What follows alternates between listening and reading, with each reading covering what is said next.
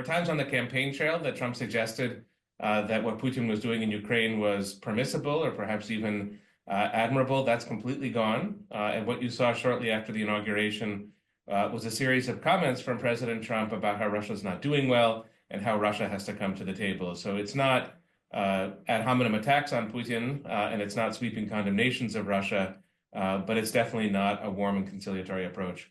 I think President Trump's emphasis on economic sanctions vis-a-vis Russia makes quite a bit of sense at the moment.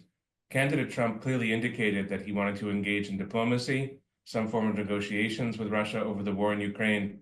For that, you need leverage. The U.S. has a great deal of military leverage in the situation, but as the Russian economy begins to deteriorate, economic leverage may be equally important. The area that President Trump probably does not want to touch is gas and oil, because that affects the U.S. economy and puts inflationary pressure on a number of different countries. So that's the path I think that he will not take.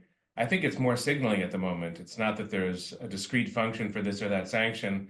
It's just that the policy is going to be toughening from the U.S. side, not a policy of giving in or making concessions to Russia. And so it's maybe more symbolic than practical, but quite significant symbolically.